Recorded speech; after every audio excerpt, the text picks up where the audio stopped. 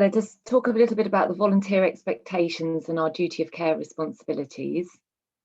How also the detail of our volunteer workforce, because we've got a number of different roles.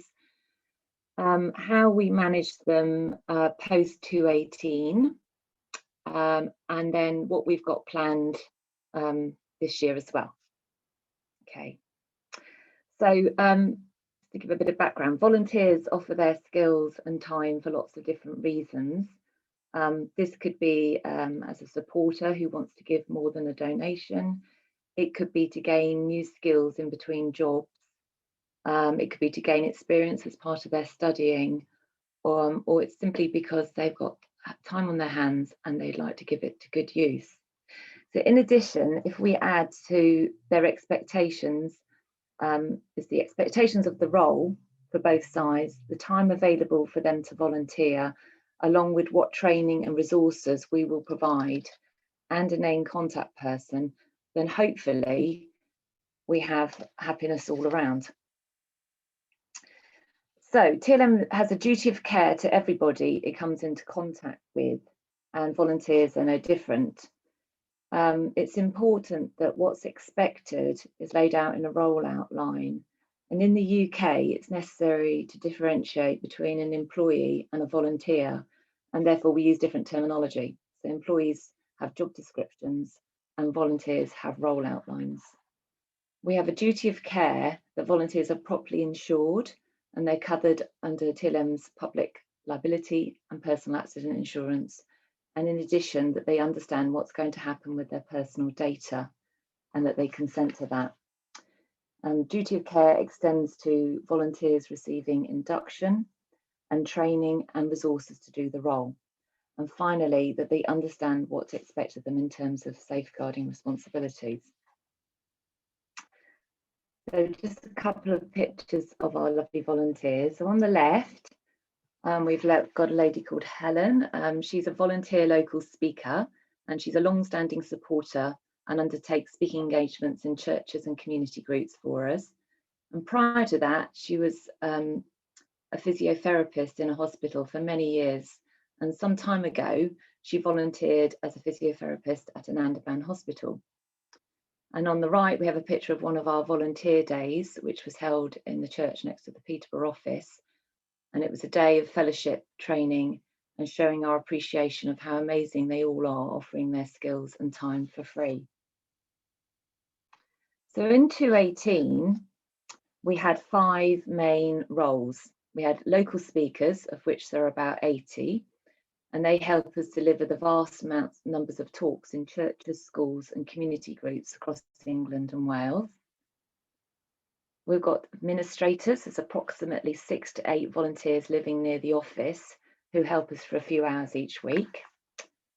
We've got research interns. They usually volunteer either before or during or after their master's degrees, and they undertake a specific research project which would not otherwise be undertaken. So they're a huge help to TLM, and it gives them an opportunity to experience what it's like working within a programmes team and possibly getting their research paper published at the end. Then we had medical electives.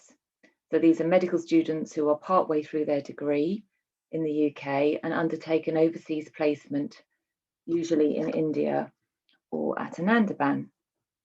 And finally, we have trustees, approximately 12. So all 5 roles have different levels of engagement. Some volunteers are with us for a long time and others just for a short experience. So how did we implement the global safeguarding policies in 218? First thing we did was we undertook a safeguarding risk assessment of the whole workforce. And in respect of the volunteers, this is what we found. The locals were long-term volunteers, many of which were supporters themselves.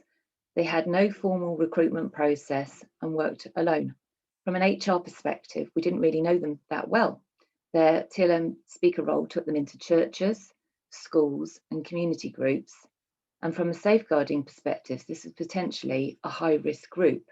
both from TLM's duty of care responsibilities to them as individuals, but also to the children and potentially vulnerable adults they were meeting. Our administrators, again, were long-term volunteers, no formal recruitment process. However, we felt that we knew them reasonably well.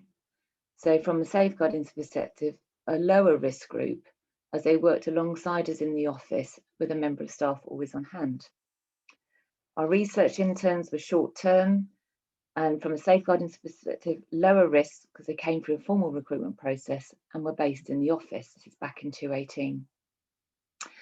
Medical electives, again, were short-term. Although they came through a recruitment process, we felt they were very high risk from a safeguarding perspective, as when they were overseas, they had the opportunity to be alone with children and vulnerable adults and potentially undertake personal care.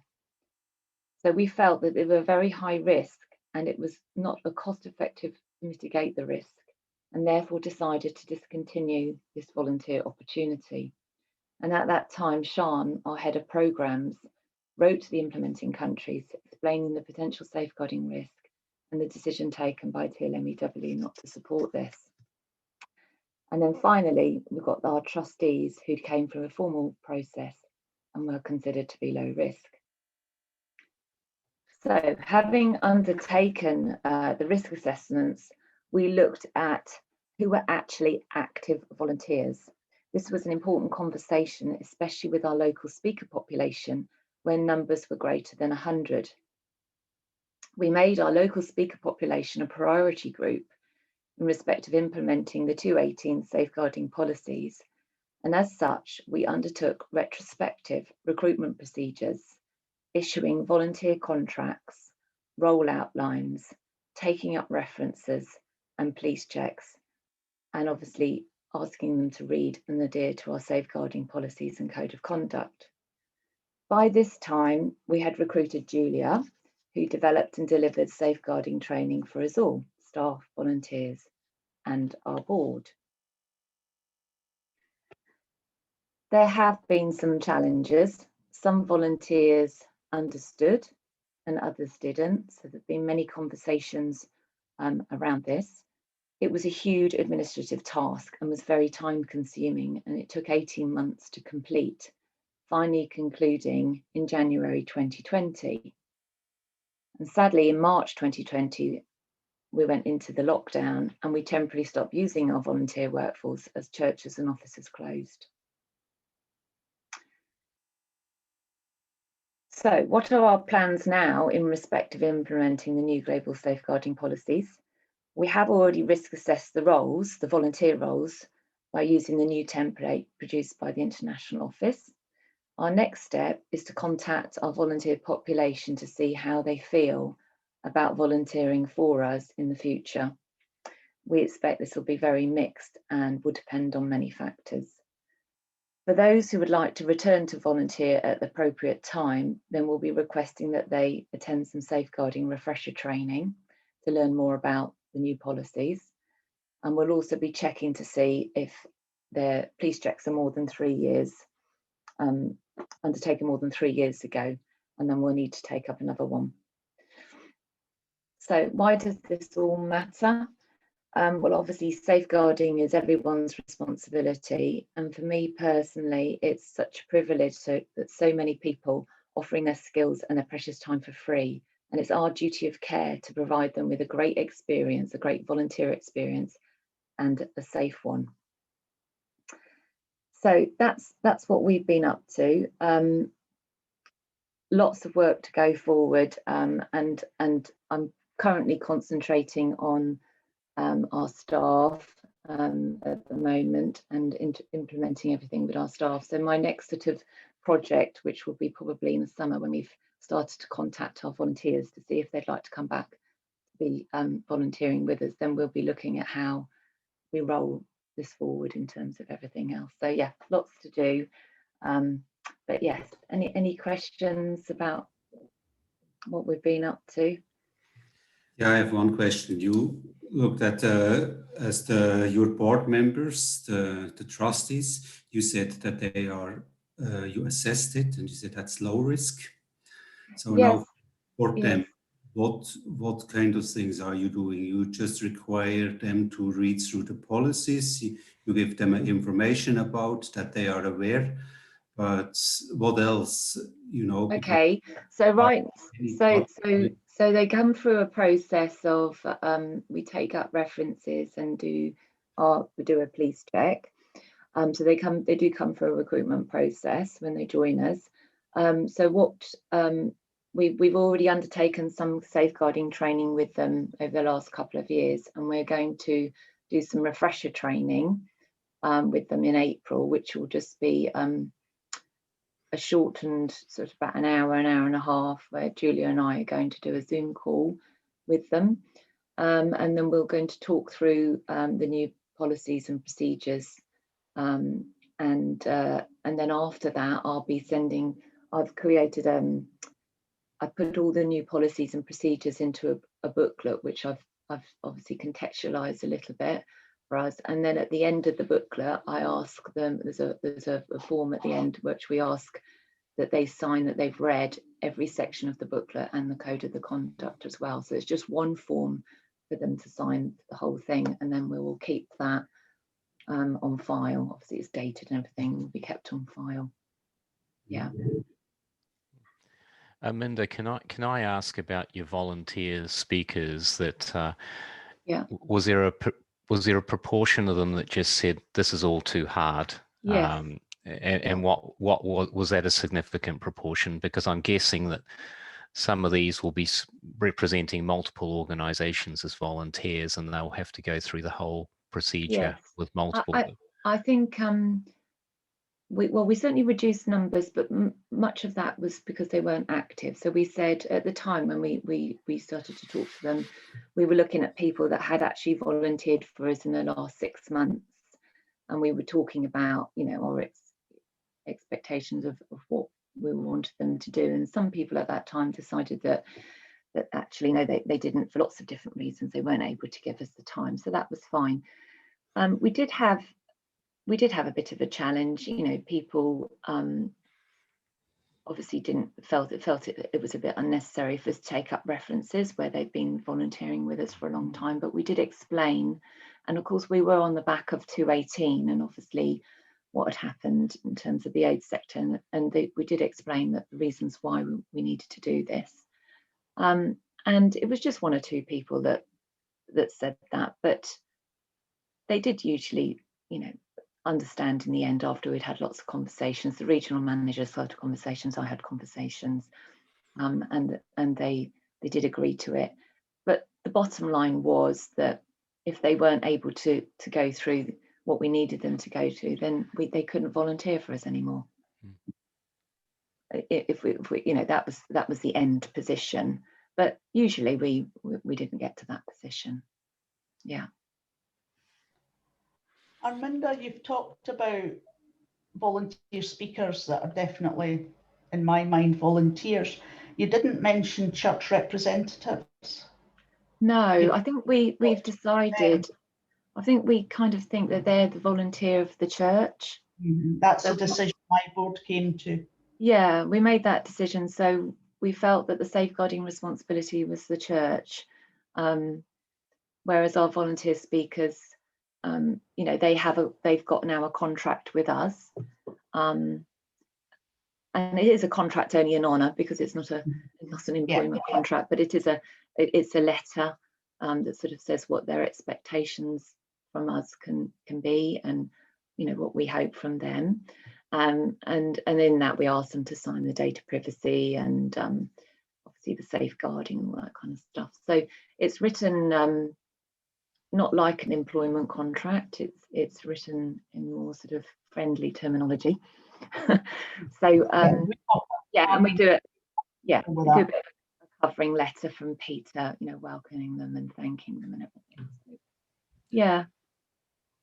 It was more the church reps, but my board took the decision that the church reps represent the churches, and therefore they're under their own church. Yeah, because that's also an enormous population as well, isn't it? It would be impossible. Yeah, it would be. It'd be. Yeah, I think we've got, you know, it's quite a few thousand of them. Yeah.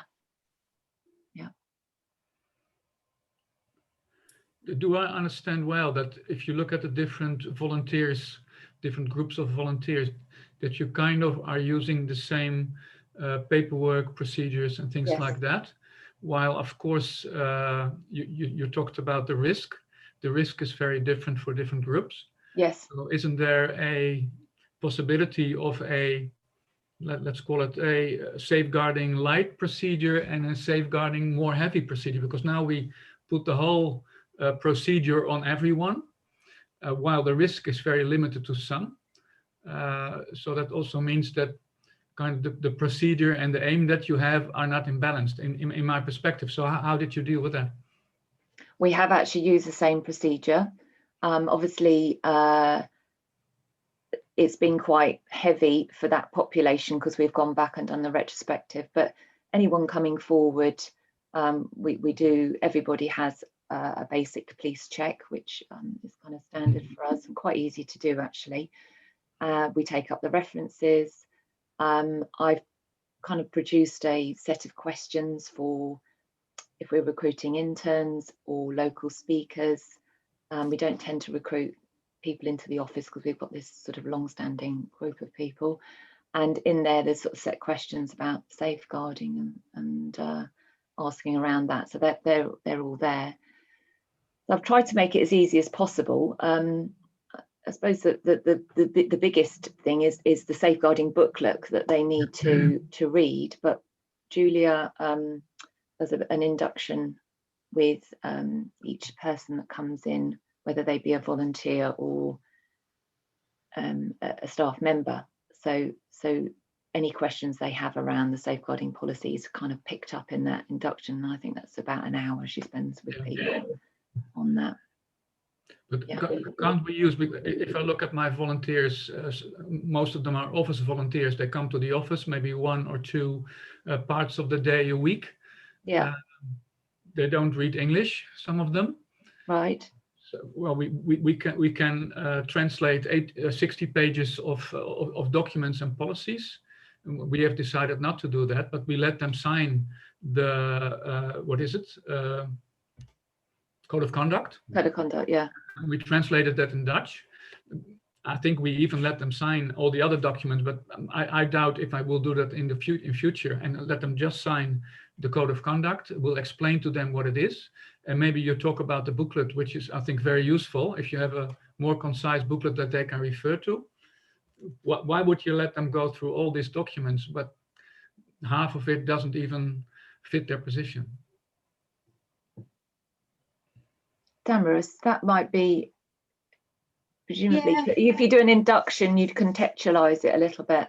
Exactly. I think it's just going back to when they join. You probably have generally an induction where you introduce them to what is the role going to be. You introduce them to the standards of the organization. And I think it's at that time where you are a little bit contextualizing the fact that safeguarding is important to us, is to protect them, to protect everyone in the organization, and what that means. So what you minimum want to have, Henno, is a part in the induction that explains safeguarding in the context of the role that each of your volunteers might play. And you probably already have that in an informal way, but what you now want to make sure is that that's not missed in a way. So if you do use templates in terms of how you plan safeguarding inductions, make sure that is there. If you put, for example, when the videos will be available, want to share some of them, you can also do that. Share part 1 and part 2 are inductions videos that are for all publics, and the introduction by Brent is just why safeguarding is important in our organization, and it's a very short video of 3 minutes. So I would highly recommend that you nearly, even just as a promotional TLM kind of a stand on safeguarding, you nearly share that with anyone joining the organization, along with any kind of pack that you may have for the different categories. But one thing that also Henno might be useful, the session after Arminda's session is going to touch on roles, risk assessments, and the various levels of risk, and what do we do in each of them. And you are right, you don't need to do exactly the same for high level than for lower level, but there is minimums that you need to do for all roles. Just a thought, would the new films be of help? The new safeguarding films would be that could help in your induction, couldn't it? Yes, I think so. I think it would be very useful, although they are in English, of course, and some of our volunteers don't speak English very well, so we have to do something about it. But I think the videos are very practical. That's very useful. Yeah. I think the videos will be extremely useful, but we're still expected to have people sign 3 lots of forms and 60 pages, which I totally understand why parts of implementing country staff are being asked to do it, but somebody that speaks on our behalf once a month. I mean, I have asked them to do it and they have done it, but it's a huge ask. I think when we've gone back and explained you know, the reasons why we're doing this, and they've had some training, I think it's opened their eyes a lot to you know, what we're doing and why. And I think maybe some of the population that we're resisting have understood better after they've had some training about why we're doing this and how important it is. So I mean, I had a discussion with one of our area committees this week because I couldn't wait any longer on the films because I had other things I needed. And their attitude was, if it's a legal requirement, it's a legal requirement. But it's, as I say, it's a big ask to 60, and English is our first language. I do feel for anybody where English isn't the first language. But it's always the time that it's taking. I mean, you said at one stage the country leaders should talk to the DSL. Most of us on this call are talking to themselves. Mm-hmm. We don't have the resources. Did I understand, or did I see it correctly? All these documents got translated into French, so they are in English and already in French. Is that right? They are in English and they are in French. Yes, Marcus. And maybe I understand the challenge that Linda is expressing, but one thing that when we revise the policy, we reduce the length of that policy. So it used to be 60 pages, you are right, Linda, but it was kind of brought down to 34 pages. And probably it's about, as Henno was saying, looking at the risk and just saying, okay, what is kind of the minimum we should be doing? We want to make sure that everyone has signed the code of conduct. Everyone understands that TLM is serious about safeguarding.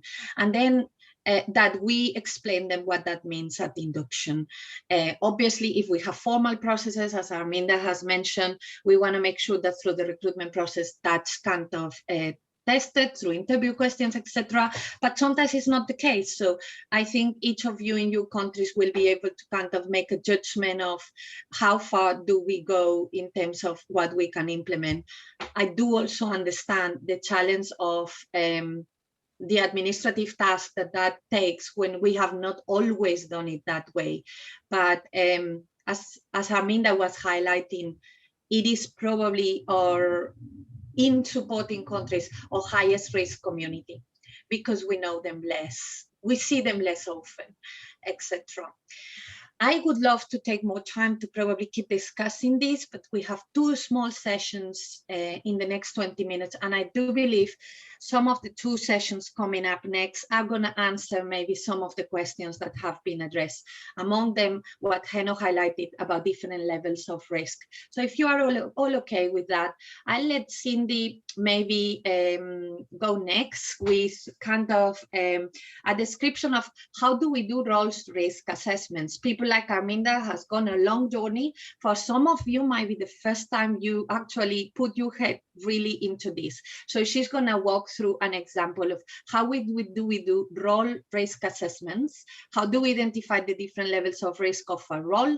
What templates do we use? And what is the sort of information that gives us? So yeah, Cindy, whenever you're ready.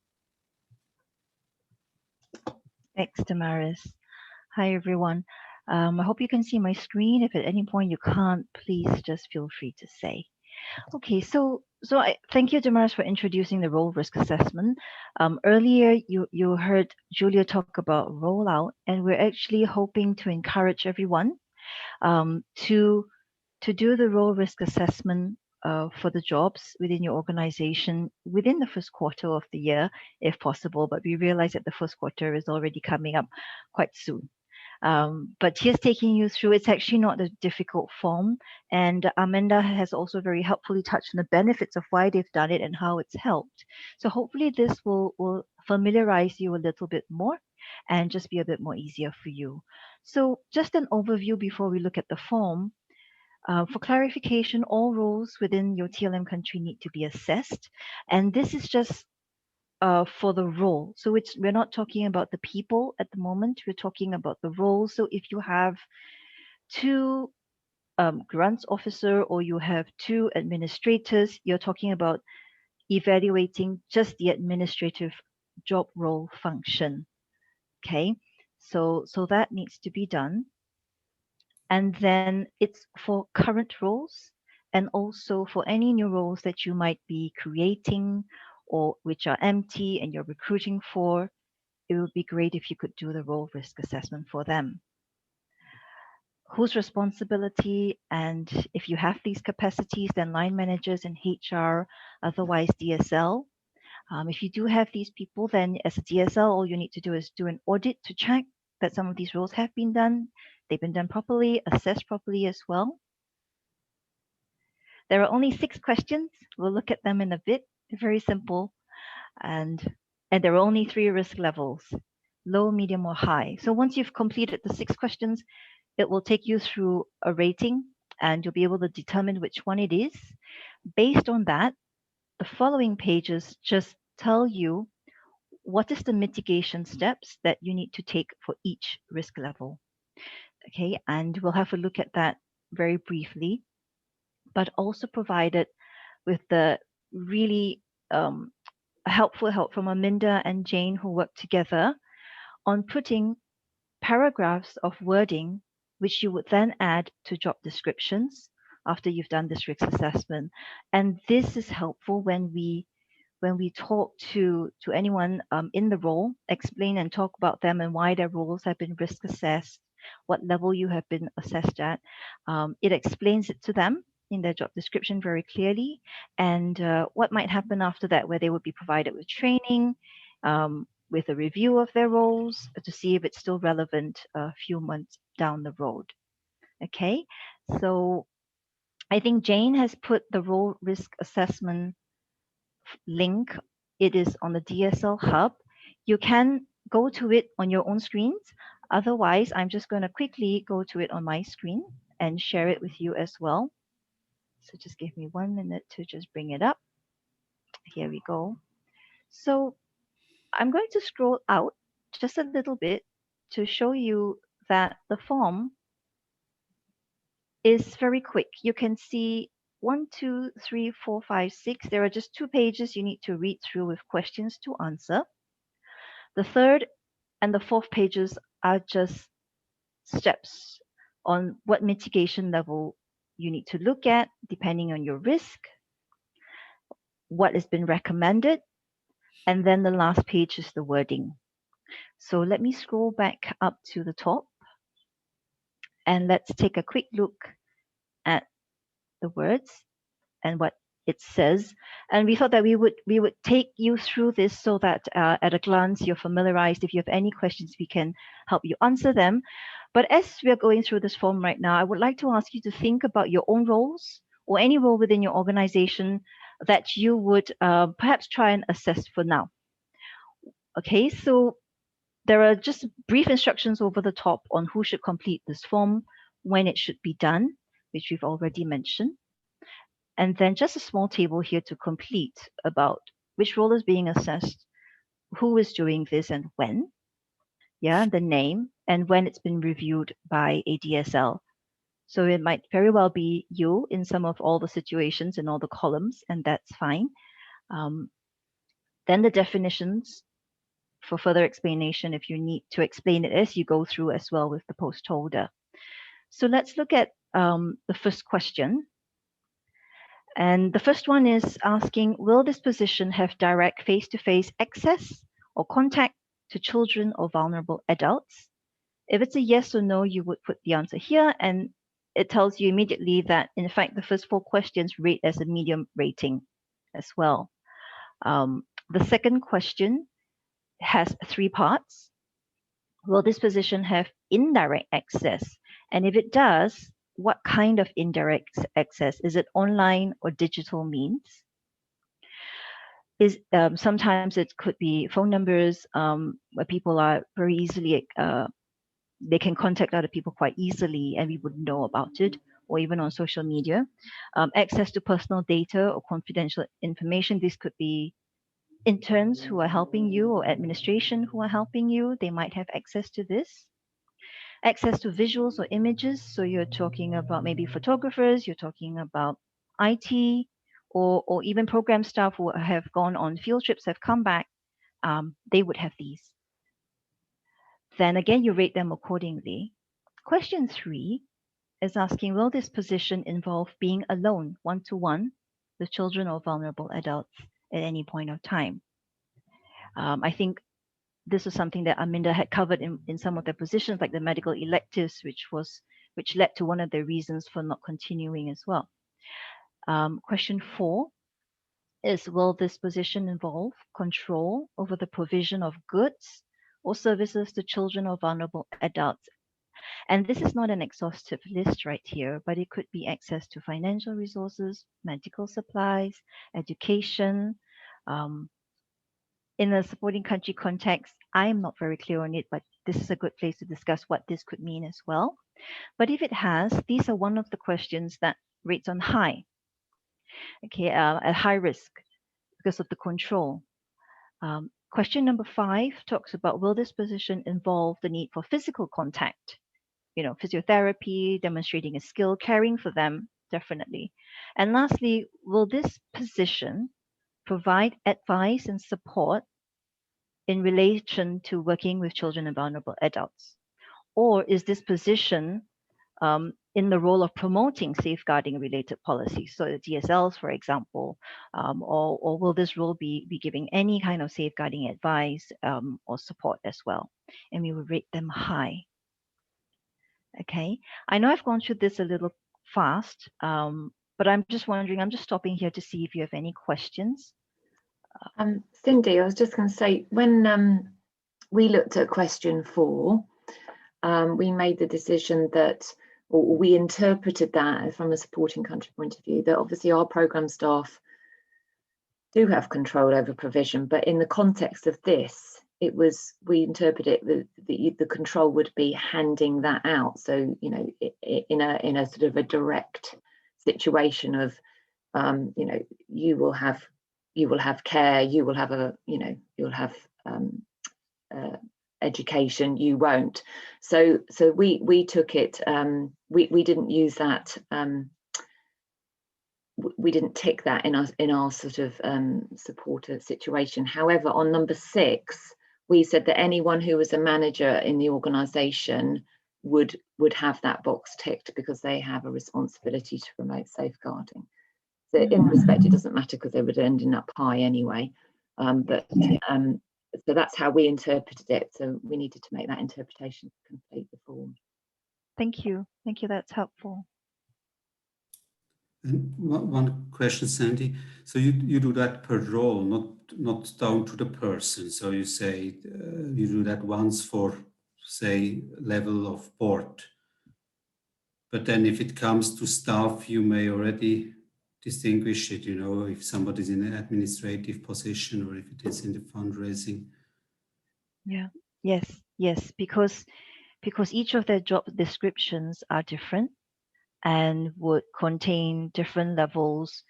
You know, not all of them would cover this. Some may have access to phone numbers, some may not. And if some it may comes to the board, you say the chair has a different role than the member of the board. I would say so. Damaris, what are your thoughts on that one? I don't know how other countries have interpreted it. I probably would differentiate the chair of the board from everyone else. But aside of that, I wouldn't be too worried about the rest of the roles because they are probably quite similar. Okay. Okay. Thank you. Following up on Linda's point that many of us in this meeting are the hiring manager, the country leader and the DSL lead. I mean, presumably we're filling in this form for ourselves. Is that okay? That seems to be potentially quite risky because I could put myself down as low risk, whereas actually probably I'm high risk. I think, sorry, for when it came to, for me, I got a third party to, I assessed myself.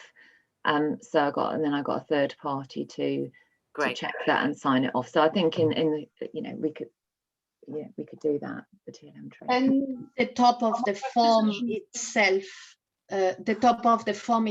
Amanda, will prompt that the manager of the role has to get involved. So in the case of the country leader, you would expect that the chair of your board or a member of your board actually checks the rating of your position.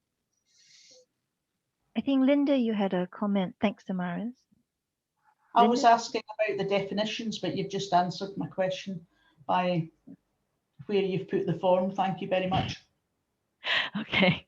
So in terms of the chair of my board, would I then do it for him?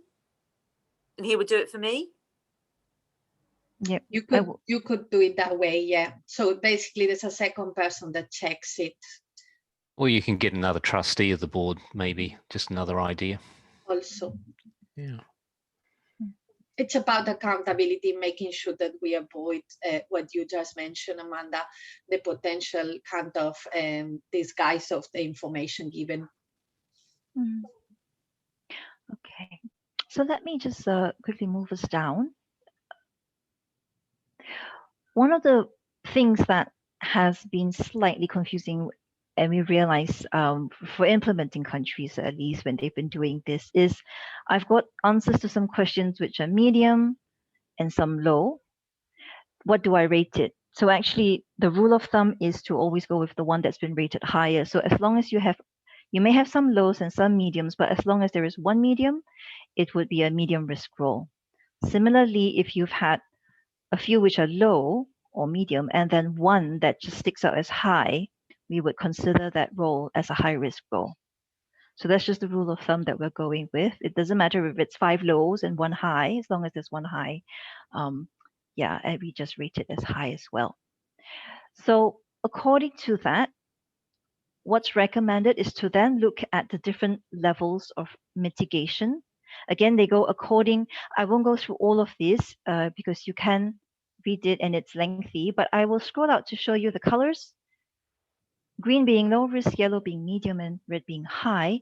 If it's a high risk, we recommend that you incorporate everything that is in medium and green, which potentially, if it's a current role and you've been doing things like reference checks, you'll already be doing it already.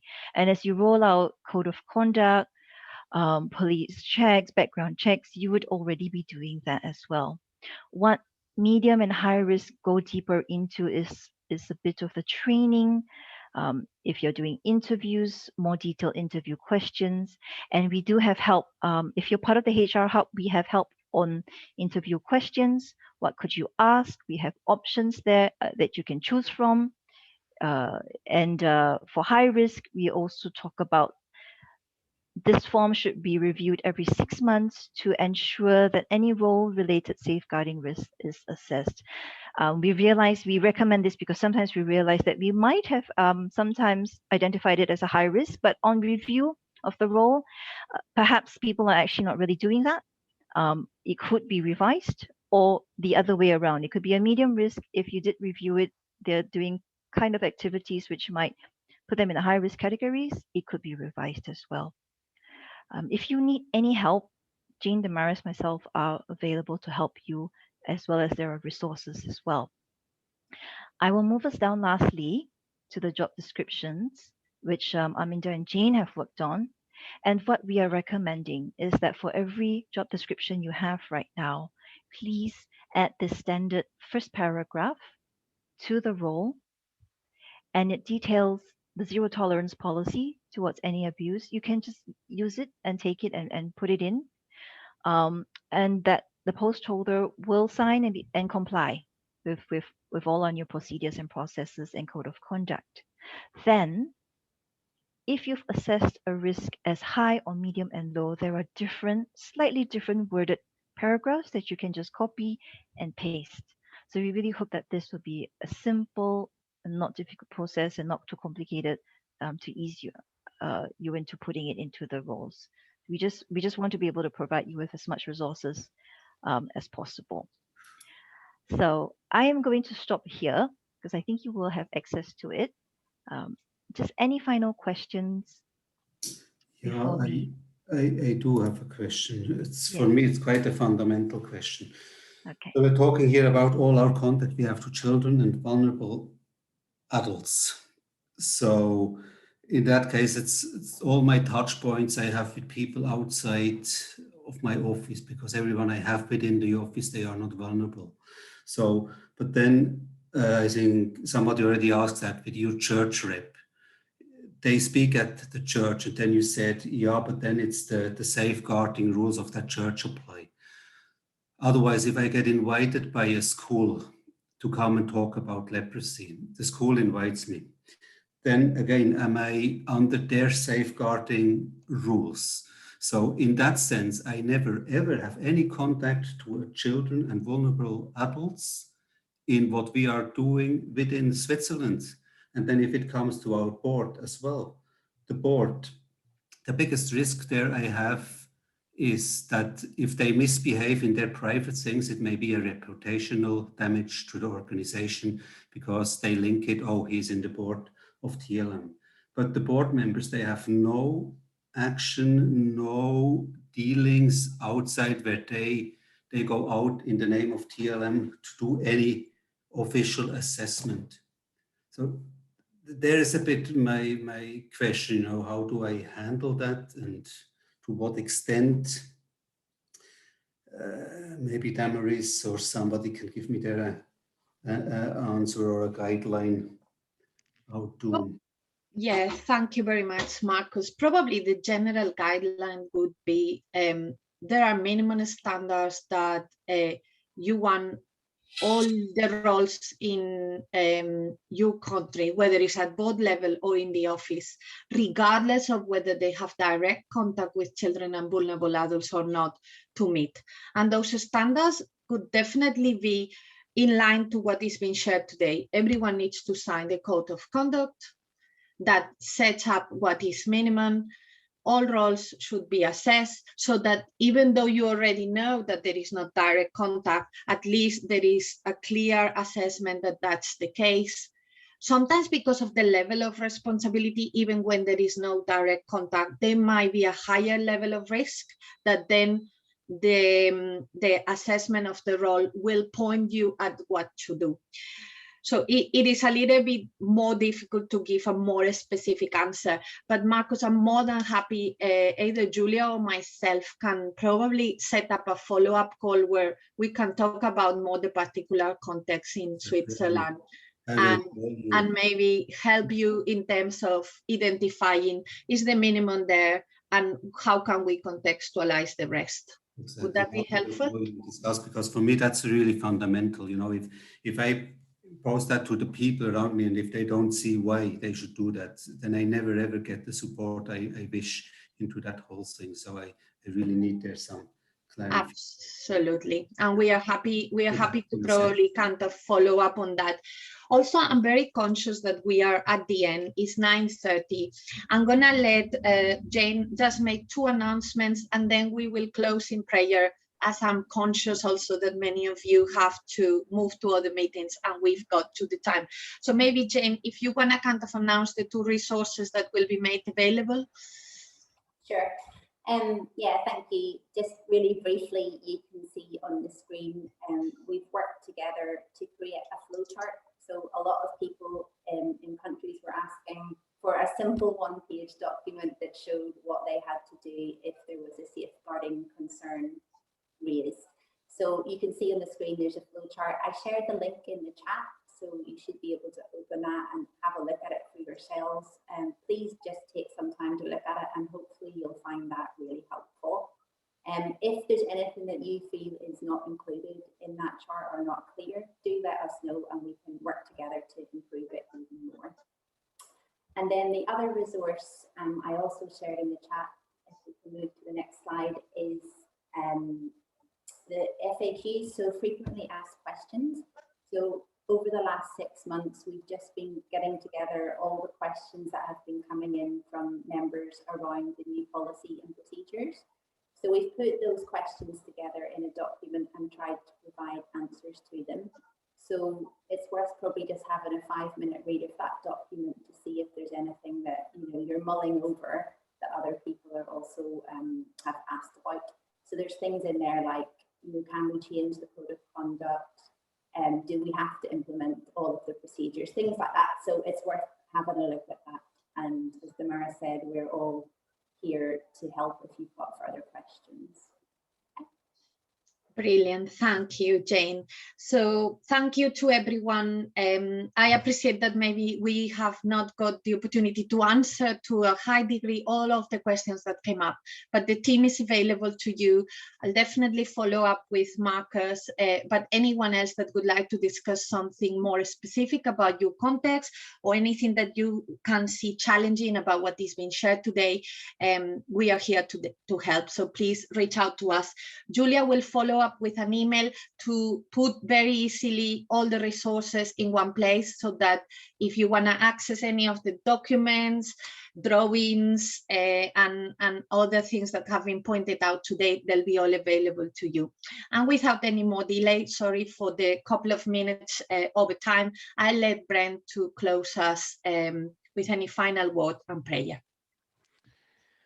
Okay, folks, well, thanks for your time, and much appreciated that you're taking this time out. And as Linda and I think a few others have referred to, Amanda as well, as this is multitasking for many, and we realize that this is just wearing many hats. So I certainly appreciate the work that everybody is doing here and wearing multiple hats at the same time.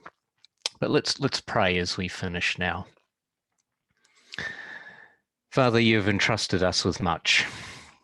Resources, safety of others. And Lord, we pray now that you would allow us to be great stewards of everything that you've given us, the responsibilities you've given us for the safety of others included in there. So Father, we pray for, Lord, that to be our overarching focus, that as we move towards leprosy defeated and lives transformed, that Lord, that we would do so in an environment of safety, and that you would allow us, Lord, to be great stewards of that safety. So Father, we commit everybody in this room to you now, and for the initiatives that are happening around the world, we commit ourselves and the efforts of our teams as well to you at this time. In Jesus' name, amen. Amen. And thank you, everyone.